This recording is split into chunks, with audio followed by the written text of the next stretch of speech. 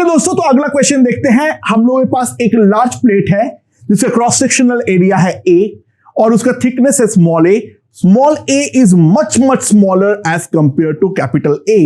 यानी जो ये चार साइड के क्रॉस सेक्शनल एरियाज है उसको हम प्रैक्टिकली नेग्लेक्ट कर सकते हैं। जो मेजर एरियाज है, जो सरफेस एरियाज, वो इन्हीं दोनों जो फ्रंट और बैक साइड है उसी का है। ठीक है। डेंसिटी जो है दैट इज इक्वल्स टू रो। ठीक है। ये हमारा प्योर कोई एक रेडियो एक्टिव एलिमेंट के सहारे बना हुआ है। T इक्वल्स टू 0 पे वो प्योर है। वो जो रेडियो एक्टिव एलिमेंट है वो हमारा अल्फा डिके करता है with half life of T0। Element का मोलर मास जो है वो है कैपिटल M। ठीक है। तो सवाल ये है अल्फा पार्टिकल का फ्लक्स कितना होगा पर unit time in the one side of the plate. यानी प्लेट का फ्रंट पे या बैक पे अगर मैं देखूं तो पर यूनिट टाइम जो नंबर ऑफ अल्फा पार्टिकल्स निकलेगा वो हमारा कितना होने वाला है। Okay, so now let's start. जो प्लेट है उसका वॉल्यूम हमारा कितना होगा, small a into capital A। तो इसका मास जो होगा वो होगा रो स्मॉल a कैपिटल A। तो मोल्स जो आ जाएगा that will be equals to,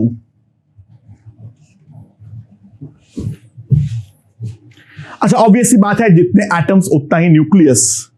तो नंबर ऑफ एक्टिव न्यूक्लियस जो होगा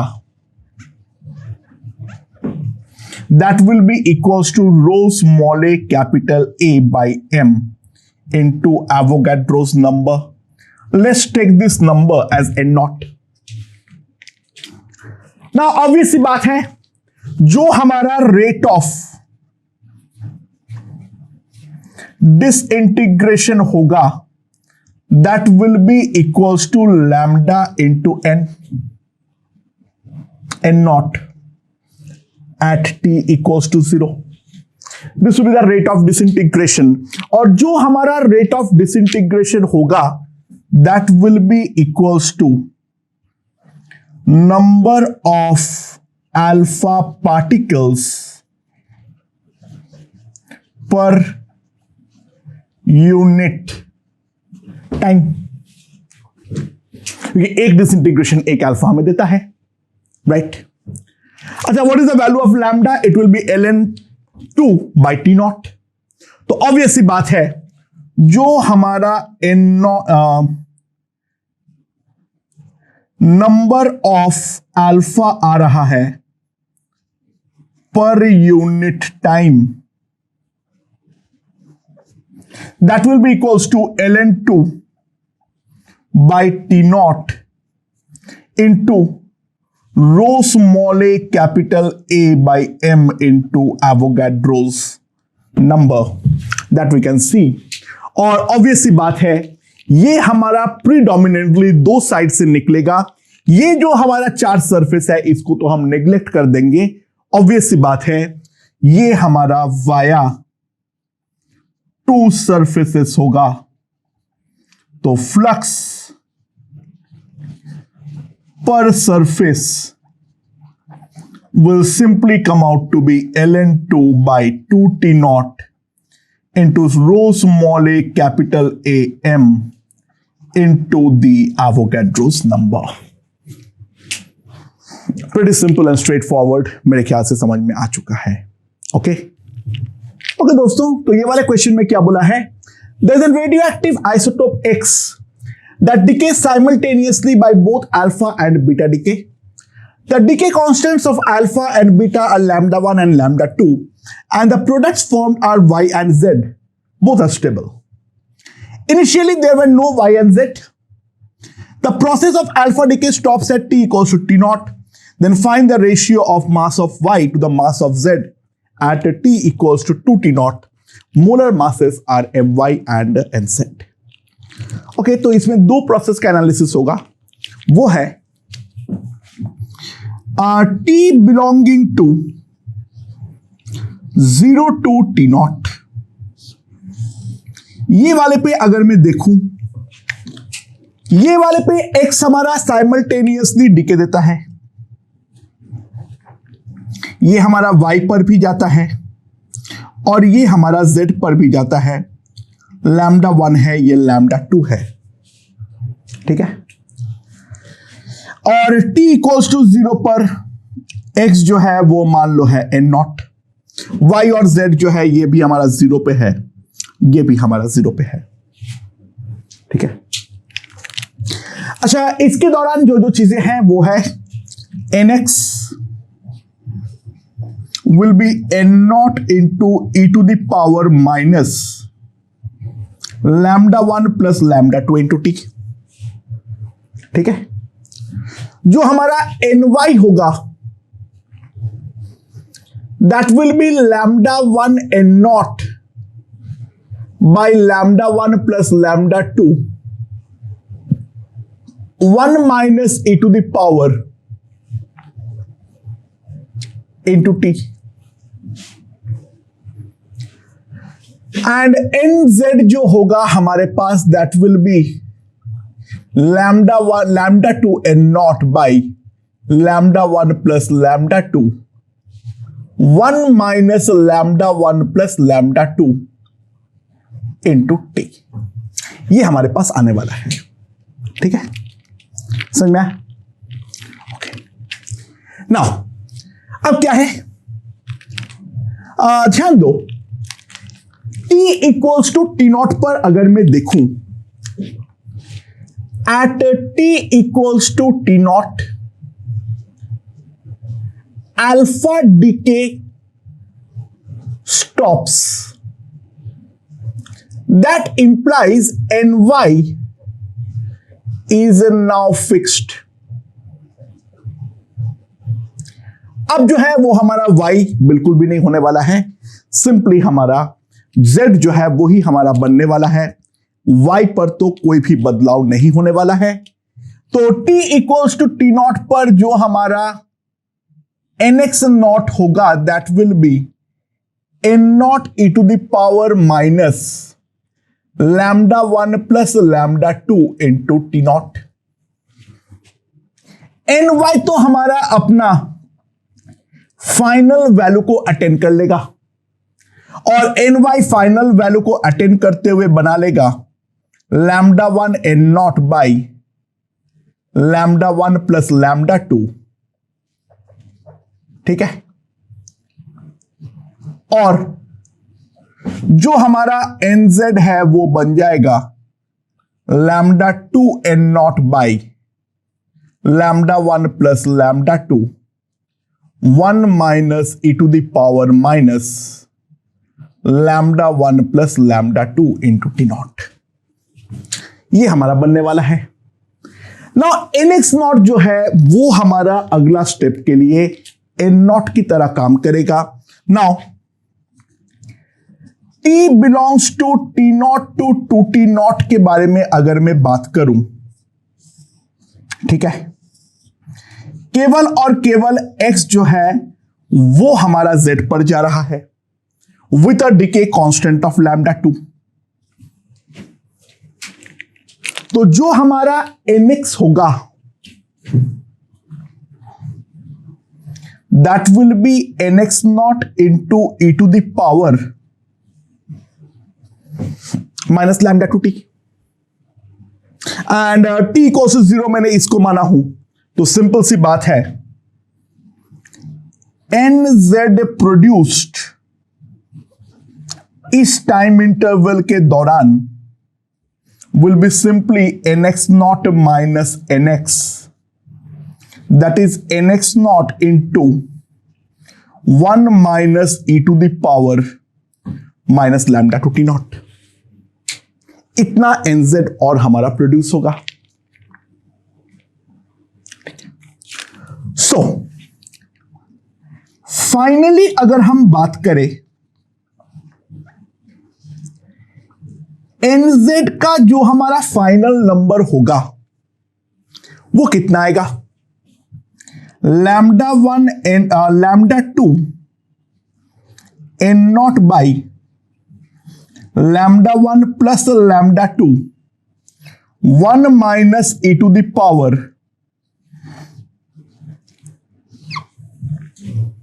ठीक है, ये आएगा प्लस nx नॉट मतलब कितना, n naught into e to the power minus lambda 1 plus lambda 2 into T naught 1 minus lambda 2 into T naught. ये हमारे पास फाइनल वैल्यू ऑफ nz आने वाला है। इतना z हमारा पैदा होगा, इतना y जो है वो तो हमारा फिक्स है। तो इसको हम थोड़ा सा अच्छे से कर लेते हैं। n not by lambda 1 plus lambda 2, lambda 2 को अंदर डाल दो, माइनस लैम्डा 2 टी नॉट, और यहां पर अगर मैं ध्यान दूं plus e to the power, और यहां पर अगर मैं ध्यान दूं minus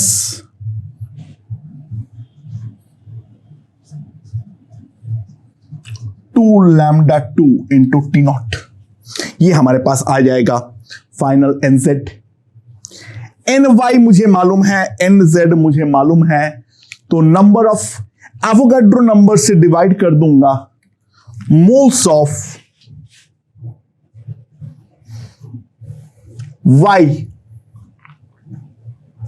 will be ny upon Avogadro number, और moles of z will be nz by Avogadro number। So simple सी बात है, जो हमारा mass of y by mass of z आएगा, that will be molecular weight of y upon molecular weight of z into ny upon nz। तो this is the simple thing, and now you can simply divide if you want. तो nz जो है वो तो मैंने निकाल दिया हूं, ठीक है, थोड़ा गंदगी है बट जो भी है, nz मेरा निकल गया है, ny जो है वो तो हमारा इस पर फिक्स हो गया है। दोनों को डिवाइड कर दो और तुम्हारा फाइनल आंसर जो है वो इस तरीके से आ जाएगा। मैं पूरा कैलकुलेशन कर नहीं रहा हूं, भाड़ में जाए, उसकी कोई जरूरत नहीं है। बाकी जो है इसका मेथड उम्मीद रखता हूं हमें समझ में आ चुका है। ओके, तो बेसिकली इसमें 2 पॉइंट में जो स्प्लिट करना था, वो स्प्लिटिंग जो है वो सबसे पहले हमें समझना था। बाकी जो सारे के सारे हैं वो हम लोग सॉल्व कर चुके हैं, राइट। तो अगले क्वेश्चन की ओर बढ़ते हैं। लेट्स सी क्या बोला हुआ है। ओके दोस्तों, A goes to B, ठीक है, डीके कांस्टेंट लैम्डा है। A is produced from the external source at a rate of t square for all t, ठीक है। T का काउंटिंग जो है वो 0 से चालू हो रहा है। N जो है वो number of active nucleus at any general time t। dn by dt जो है वो मैक्सिमम होता है at t equals to t naught. तो हमें नंबर ऑफ एक्टिव न्यूक्लियस ढूंढना है at t equals to t naught. Okay, बहुत सिंपल सी बात है। A जो है वो हमारा एक्सटर्नली प्रोड्यूस भी हो रहा है और A जो है वो हमारा डीके भी हो रहा है। तो ऑब्वियस सी बात है, जो हमारा dn by dt आएगा that can be written as, ठीक है। सो ऑब्वियस सी बात है, at t equals to t naught, dn by dt जो है वो हमारा मैक्सिमाइज हो रहा है। तो ऑब्वियस सी बात है D square N by D T square उस इंस्टेंट पे हमारा 0 होगा। ना इफ यू सी, इसको अगर हम डिफरेंशिएट करें, D square N by D T square वो मेरे पास आएगा 2t minus lambda into D N by D T. But dn by dt का वैल्यू मुझे ऑलरेडी मालूम है, so that will be equals to 2t minus lambda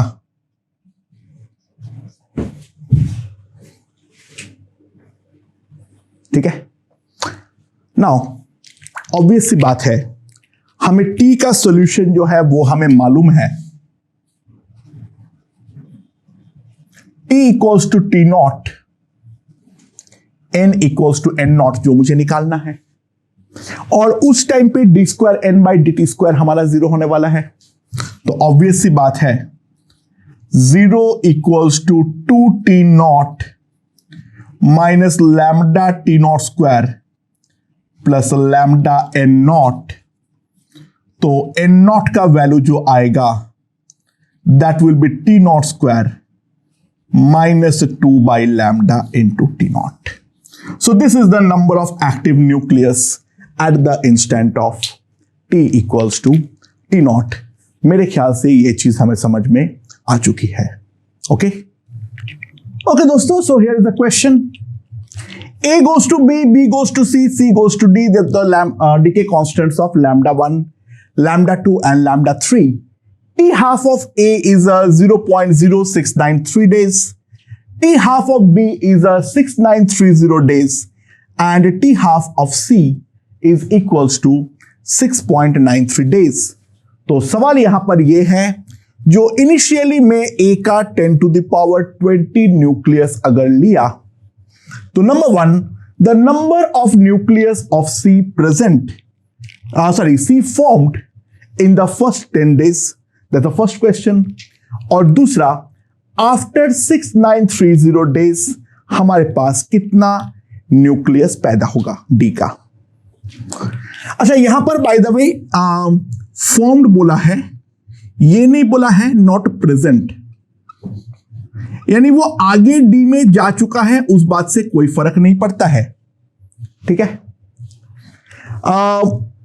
इस question में सबसे पहले इन नंबर्स पे ध्यान देना बेहद जरूरी है। ठीक है, if you observe T half of A is a very small.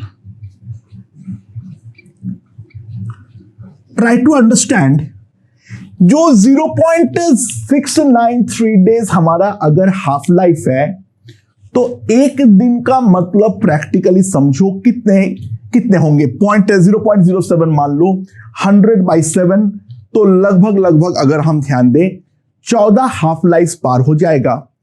तो एक दिन में अगर 14 हाफ लाइफ पार हो रहा है, तो 10 दिन के अंदर 140 हाफ लाइफ पार हो जाएंगे।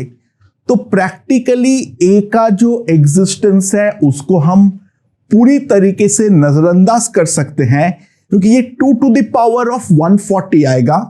देखो 2 to the power 10 लगभग जो है 10 क्यूब है, तो 2 to the power 140 जो आएगा वो 10 to the power 42 के ऑर्डर में आएगा। यानी प्रैक्टिकली ए का कोई भी न्यूक्लियस नहीं बचेगा, यह बात निश्चित है। प्रैक्टिकली एक दिन के अंदर ही पूरा ए हमारा समाप्त हो जाएगा, 10 दिन के बारे में तो हम बात ही नहीं करें। So all A is gone, all A is gone. That implies NB formed is equals to 10 to the power 20 practically. Now, अब अगला B to C। यार B का हाफ लाइफ जो है वो बहुत बड़ा है, तो T half of B is very high, मानते हो या नहीं? That implies lambda is a very small.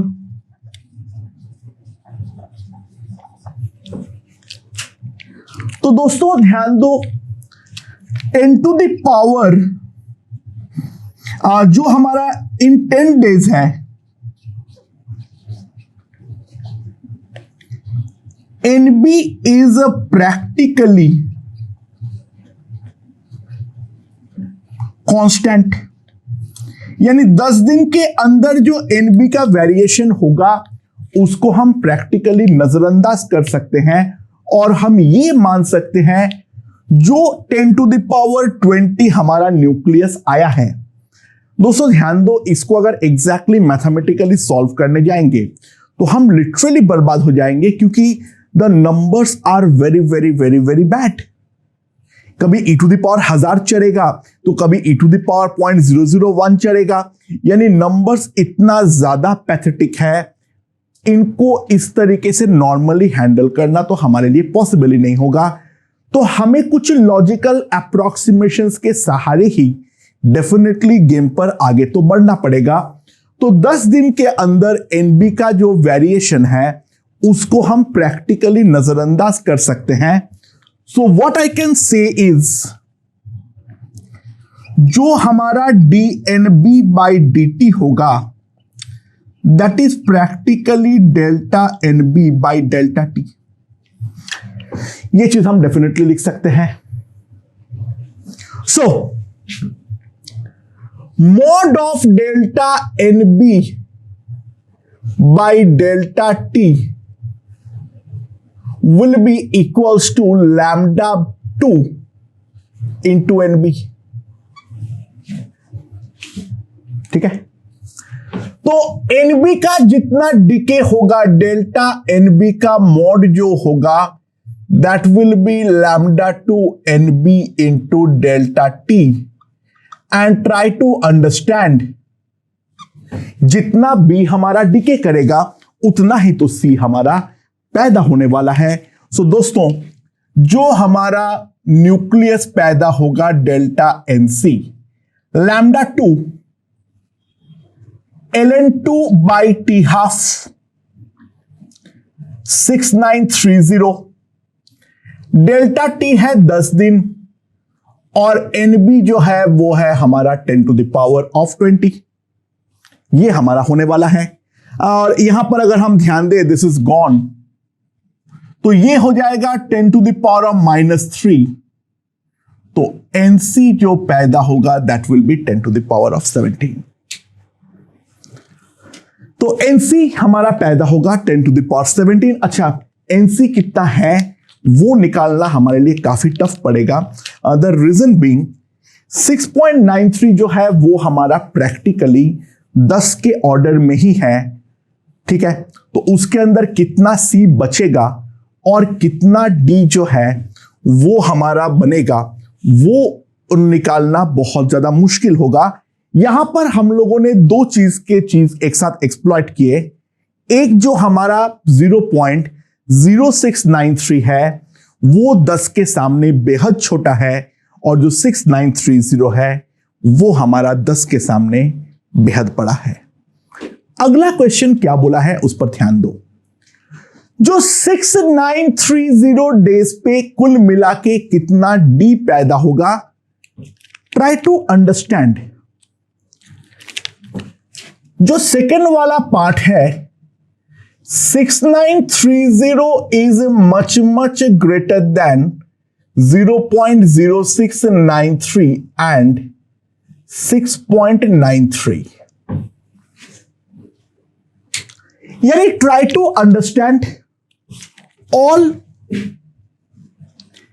A is gone।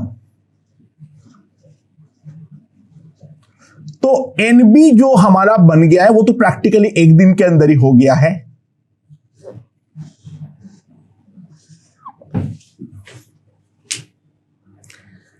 अच्छा, बट बी का हाफ लाइफ जो है that is 6930।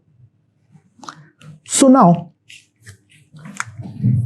In 6930 days 50% of NB will decay to give C। क्योंकि B का हाफ लाइफ जो है वो 6930 है और A का हम प्रैक्टिकली इंस्टेंटेनियस डिके मान सकते हैं। तो A का जो प्रोडक्शन है वो प्रैक्टिकली C पर कोई डिस्टरबेंस नहीं लगेगा, इस चीज को हम एज्यूम कर सकते हैं। और जो 6930 डेज है क्योंकि वो B का हाफ लाइफ है, तो 50% ऑफ NB डीके होके C हमें देने वाला है। तो NC फॉर्म्ड जो होगा that will be half into 10 to the power of 20। But 6930 is a much greater than 6.93, यानी practically try to understand 1000 half life are gone. तो 1000 हाफ लाइफ अगर चला गया है तो ऑब्वियस सी बात है all C formed will eventually decay to D। हाँ कि ना, यानी प्रैक्टिकली सी कुछ बचेगा ही नहीं, क्योंकि उसका तो 1000 हाफ लाइफ पार हो चुका है। तो प्रैक्टिकली जितना भी सी होगा वो सारे हमारा डी पे ही चला जाएगा। यानी 693 डेज के बाद जो हमारा बचेगा वो केवल और केवल बी और डी ही बचेगा। बी हमारा 50% बचेगा और जो बाकी टूटा हुआ बी है वो वाया सी पूरा का पूरा डी में पहुंच जाएगा। यानी 6930 डेज में जो हमारा एन डी होगा that will B 5 into 10 to the power of 19। मेरे ख्याल से ये चीज हमें समझ में आ चुकी है। ओके ओके दोस्तों, तो अगला क्वेश्चन देखते हैं। There is a nuclear reactor that generates power at 20 megawatt at the efficiency of 60% by nuclear fission reaction। ठीक है, अच्छा जो फिजन रिएक्शन कर रहा हूं वो जो न्यूक्लियस है वो खुद रेडियो एक्टिव है, जिसका हाफ लाइफ है 2.2 years। Delta Q of fission यानी पर फिजन जो एनर्जी रिलीज होती है वो है हमारा 200 mega electron volt. Then calculate the time in which 10 moles of nuclide is spent. एक ईयर को सेकंड में कन्वर्ट करके तुम्हें दिया हुआ है इफ इट इज रिक्वायर्ड। अच्छा, क्योंकि नंबर्स थोड़ा गंदे हैं इसको मैं एक बार जनरल करूंगा और लास्ट में जाके मैं वैल्यू पुट करने का कोशिश करूंगा। ठीक है, अच्छा now energy of each fission कितना है? हर एक फिजन का जो एनर्जी होगा that is equals to E naught. और मान लो let there be n fissions per unit time. ठीक है, पर यूनिट टाइम जो है वो हमें n फिजन्स करना पड़ रहा है। बट एफिशिएंसी हमारा ईटा दे रखा है, तो जो हमारा पावर आएगा that power will be equals to eta n into E naught and that must be the given power P। तो n जो होगा that will be by eta E naught।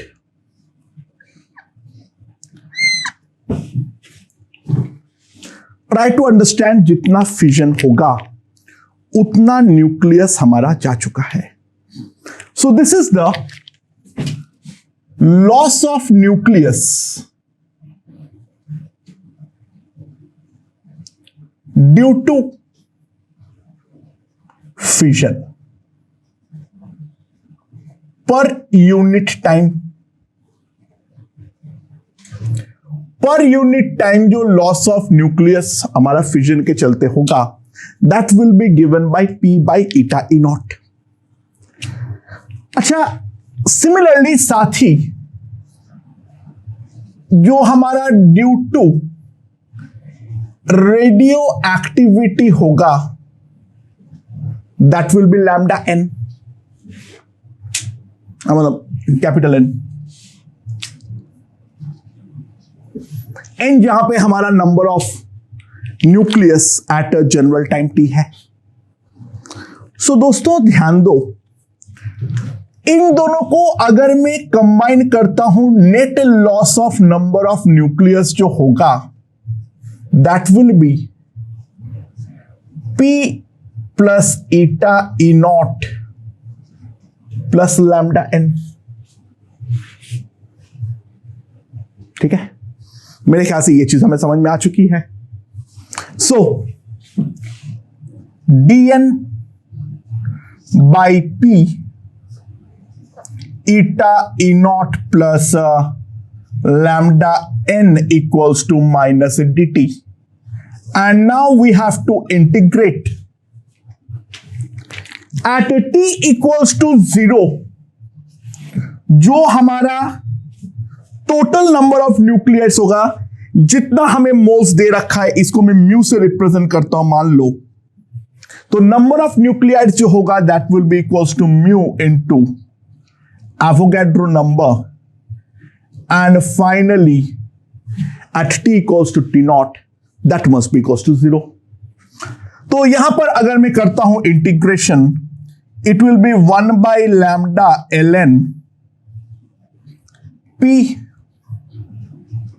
eta e naught p by eta e naught plus mu lambda into Avogadro number,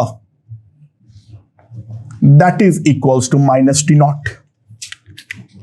So what I get is जो मेरा t naught होगा that will be 1 by lambda ln, इन दोनों का division 1 plus mu lambda na into eta e naught by p. So this is basically what we have to compute. अब बाकी सब कुछ दे रखा है, लैम्डा का वैल्यूज वगैरह हम निकाल लेंगे, ठीक है, लैम्डा का वैल्यूज जो है वो हम निकाल लेंगे और वैल्यूज पुट करके हम कंप्यूट करेंगे. एंड ट्रस्ट मी, यहां पर जो आता है ये लगभग आता है ln 1.05 सेकेंड, लगभग ये हमारा आता है. एंड ln ऑफ दिस लगभग 0.05 है. सो दिस इज लगभग 5 into 10 to the power of 6 second. इतने टाइम पे हमारा 10 मोल रेडियो एक्टिव न्यूक्लियस जो है वो हमारा कंज्यूम होगा. कैलकुलेशन जाए भाड़ में, यहां तक जो है वो हमें समझ में आना जरूरी है. तो बेसिकली यहां पर जो मेन गेम था वो यही है, जो हमारा रेडियो एक्टिव न्यूक्लियस है उसका कंजम्पशन का 2 तरीका है. अच्छा, दूसरी बात और एक भी है, जो फ्यूजन है और जो रेडियो एक्टिव डिके है वो दोनों आपस में म्यूचुअली इंडिपेंडेंट है, कोई फर्क नहीं पड़ता है फ्यूजन चल रहा है. जो हमारा लैम्डा एन का डिके रेट होगा वो अभी भी हमारा फिक्स रहने वाला है. Rest is all calculation, we can simply do it. Okay दोस्तों, तो ये वाला क्वेश्चन देखते हैं. थोड़ा अच्छा क्वेश्चन है, ध्यान से देखना. हमारे पास एक मेटेलिक कंडक्टर है जिसपे एक थिन रेडियो एक्टिव कोटिंग है which is an alpha emitter. उस अल्फा एमिटर का लैम्डा जो है that is equals to 3 second inverse. ठीक है, नाउ ये वाला जो मेटेलिक स्फीयर है इसका रेडियस है a और वो ग्राउंड से कनेक्टेड है via resistance r. t equals to 0 पर initially number of alpha particles हमें मिलता है n नॉट पर सेकेंड. एक रिलेशन दे रखा है 1/4 पाई एप्सिलॉन नॉट a को 2r लैम्डा जो है वो ले लेना. इनिशियली जो स्फीयर है वो हमारा अनचार्ज था. जो भी हमारा अल्फा पार्टिकल इमिट होके जा रहा है वो हमारा स्पेस पे चला जा रहा है और वो ये वाले मेटालिक स्फीयर के साथ किसी भी प्रकार का कोई इंटरेक्शन नहीं रखता है. तो अब बात ये है, जो वो टाइम निकालो जहां पर स्फीयर के ऊपर चार्ज जो है वो हमारा मैक्सिमाइज्ड होगा. अच्छा, एक इंपॉर्टेंट बात है, समझो. Due to alpha decay, alpha जो है वो एक हीलियम न्यूक्लियस है, तो अल्फा 2 यूनिट पॉजिटिव चार्ज लेके जा रहा है, 2 units of negative charge is produced. ठीक है, पर डिके. ठीक है, अच्छा, इनिशियली नंबर ऑफ डिकेज जो मिल रहा है वो हमें कितना मिल रहा है n नॉट पर सेकेंड. यानी ऑब्वियस सी बात है, जो हमारा इसको, हाँ ठीक है, जो हमारा इनिशियली dn बाई dt है at t equals to 0, that is equals to n into lambda alpha naught, that is equals to हमें दे रखा है n naught। तो initially number of alpha active nucleus जो था that is n naught by lambda.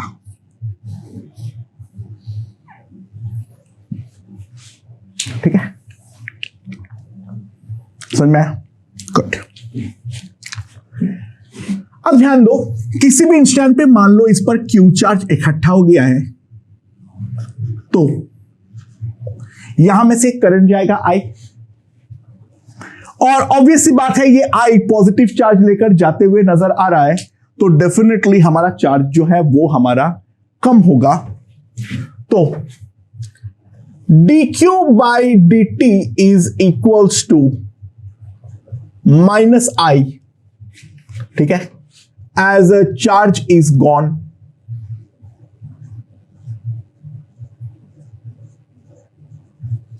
अच्छा, by the way I होगा कितना?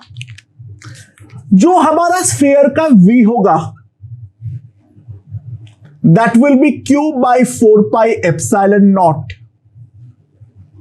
That implies I जो होगा that will be Q by 4 pi Q by 4 pi epsilon naught A by R। ठीक है, and 1 by 4 pi epsilon naught A का value दे रखा है two R lambda, so try to understand that will be 2Q into lambda. ये हमारा current होगा, तो dq बाई dt जो आएगा that will be equals to minus 2Q lambda for the current part only. Now अच्छा, जो हमारा n alpha होगा that will be n alpha naught into e to the power of minus lambda t, right? ये जो होगा n alpha naught that will be equals to into e to the power minus lambda t, and that will be equals to n naught by lambda e to the power minus lambda t। तो dn alpha by dt जो आएगा, इसको अगर मैं differentiate करूं, इसका magnitude that will be n naught into e to the power minus lambda, and this will give me the number of alpha decay per unit time.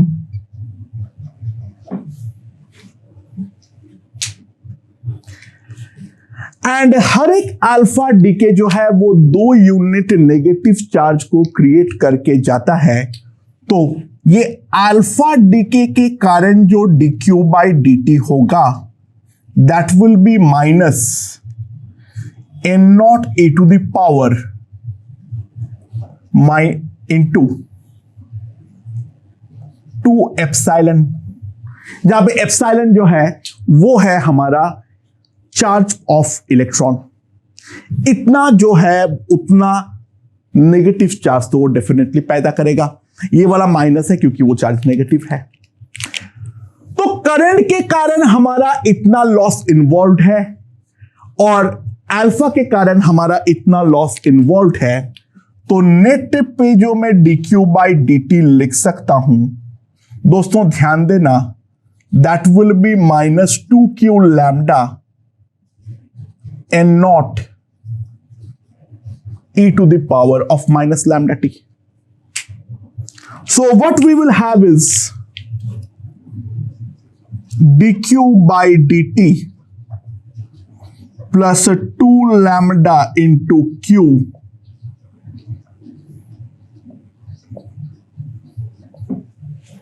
ये आ जाएगा मेरे पास। एंड यहां पर जो ये है हमारा लीनियर डिफरेंशियल इक्वेशन, तो इंटीग्रेशन फैक्टर जो आएगा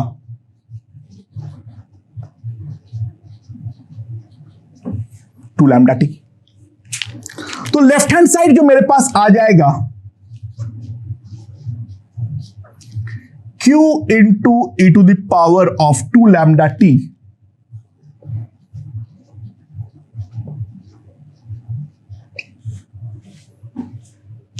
इनिशियली चार्ज तो हमारा 0 था, सो Q into e to the power of 2 lambda T n naught, and this is integrated from 0 to t। इसका अगर मैं इंटीग्रेट करूंगा तो e to the power lambda T minus 1 आएगा, डिवीजन में हमारा एक लैम्डा आएगा, तो q जो आएगा that will be minus 2 n0 by lambda e to the power of lambda t minus 1, divided by e to the power of 2 lambda t. So what we have is q equals to 2 e n naught by lambda e to the power minus 2 lambda t minus e to the power of lambda t। ये हमारे पास आने वाला है q in general, और ये वाला q को अब मुझे मैक्सिमाइज करना है, तो ऑब्वियस सी बात है dq by dt हम लोग यहां पर निकालते हैं, that will B 2 epsilon not n by lambda, ये तो फिक्स कांस्टेंट है, minus 2 lambda e to the power minus 2 lambda t plus lambda into e to the power of lambda t, and that must be equated to 0. So what we have is, ये तो हमारा हो नहीं सकता, lambda तो खत्म कर दो, तो e to the power minus lambda t, so e to the power of lambda t is equals to 2. So lambda t जो आएगा that will be equals to ln2, यानी t equals to ln2 by lambda, that is 0.23 second. Please observe this question very very carefully. ये वाला solution को वापस देखो, it is a tough one, अच्छा question है, ठीक है। किस तरीके से हम लोग चार्ज का रिलेशन बनाए उस चीज के ऊपर ढंग से देखना, फिर उसके बाद थोड़ा मैथमेटिक्स भी है, बाकी अदरवाइज जो है पहले क्यू निकाल के फिर डिफरेंशिएट कर दूंगा, और वहां से मेरा टाइम आ जाएगा जिस पर हमें मिनिमम चार्जिंग होने वाली है, सॉरी मैक्सिमम चार्ज होने वाली है। ओके दोस्तों, अब ध्यान दो क्या बोला है, ये लास्ट क्वेश्चन है। A beta active radioactive source is in the form of a conducting sphere of radius a, जिसके ऊपर एक थिन कोटिंग जो है वो लगा हुआ है, ठीक है ना। It is surrounded by a concentric shell of radius B, B is greater than A, the shell is grounded, जैसे कि दिखाया हुआ है। Beta particles are emitted with energies E1 to E2, E2 is greater than E1, उनका जो kinetic energies है they can be anything between from E1 to E2, E2 is greater than E1, then calculate the maximum potential acquired by the cell of radius A, or B, maximum charge on outer sphere. Note that beta is nothing but एक electron.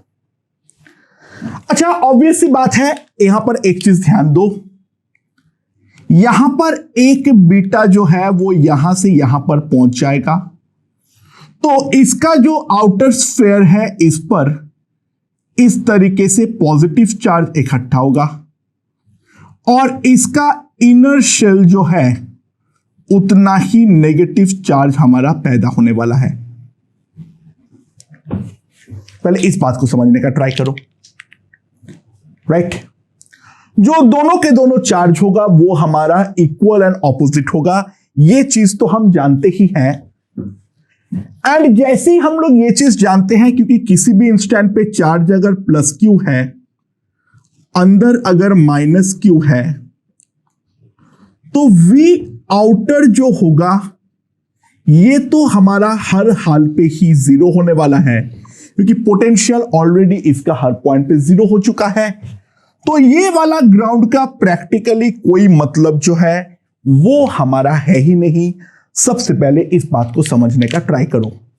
यहां पर plus Q है तो यहां पर minus Q है, facing plates पे तो होना पड़ेगा, और फेसिंग प्लेट पे अगर होना पड़ेगा, ये इलेक्ट्रॉन यहां से यहां ट्रांसफर हो रहा है, वो चार्जेस तो इक्वल एंड ऑपोजिट अपने आप एक्यूमुलेट हो रहा है। आउटर वाले पे कोई चार्ज हो ही नहीं सकता है, दैट्स प्रीटी ऑब्वियस। ठीक है, इसके रिगार्डिंग हम बहुत सारे बात इलेक्ट्रोस्टैट्स में किए थे। तो केवल और केवल चार्ज का इंटरनल ट्रांसफर ही होगा, इस ग्राउंड के थ्रू हमारा कुछ नहीं जाने वाला है। ट्राई टू अंडरस्टैंड, ये जो हमारा पूरा का पूरा चीज है वो हमारा फर्जी है। There is no requirement of grounding at all. ठीक है, इस ग्राउंड के थ्रू हमारा कोई चार्ज फ्लो नहीं करने वाला है। यानी ग्राउंड दिया होता या नहीं दिया होता, it really doesn't matter. So far so good. ठीक है, अब ध्यान दो क्या होने वाला है। The first part is pretty simple and straight forward. क्योंकि ये पॉजिटिव चार्ज है, inner sphere is a positively charged, that implies it applies a retarding potential on electron। क्योंकि इनर स्फीयर जो है वो हमारा पॉजिटिवली चार्ज्ड है, तो जो जैसे जैसे बीटा निकलता जाएगा उसमें पॉजिटिव चार्ज एक्यूमुलेट होता रहेगा। उस टाइम पे वो बीटा को अब रोकने का ट्राई करेगा ना। बीटा का जो मैक्सिमम एनर्जी है वो है E2, तो मैक्सिमम जो हमारा काइनेटिक एनर्जी है वो है हमारा E2। बीटा स्टॉप्स इफ जो हमारा टोटल एनर्जी जब हमारा हो जाएगा जीरो, तब अगर हमारा टोटल एनर्जी जीरो हो गया है, वहां पर फर्दर बीटा निकलना डेफिनेटली स्टॉप हो जाएगा। देखो E1 तो काम का है ही नहीं, मैक्सिमम एनर्जी वाले को रोकना है। तो एक बीटा में चार्ज है -E, so this will be the potential energy -E into Vmax। जब जस्ट रोका है, that plus E2 must be equals to 0। तो जो हमारा मैक्सिमम पोटेंशियल होगा अंदर का, that will be E2 by E। So the first part of question is perfectly done। ठीक है, अब दोस्तों ध्यान दो, मैक्सिमम चार्ज मतलब I am talking about magnitude. Obvious सी बात है, मैक्सिमम एक्यूमुलेशन जो होगा हमारा when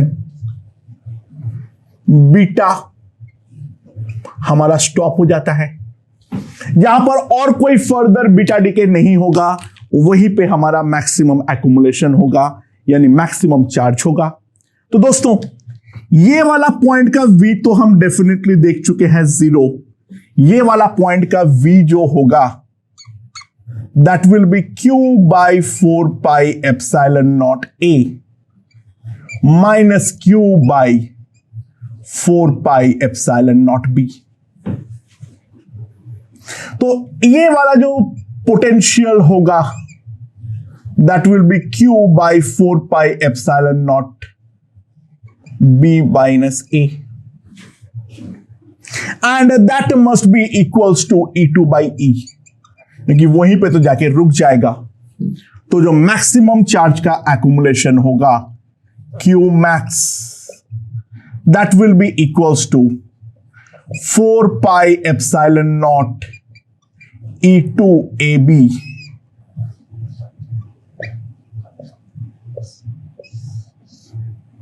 so that will be the magnitude of maximum accumulated charge. उम्मीद है ये समझ में आया है। तो रेडियो एक्टिविटी के बारे में एक बेसिक आइडिया जो है वो हम लोगों का इस चैप्टर पे लग चुका है। अब हम लोग डिफाइन करने वाले हैं activity and we will also discuss radio active series. Okay.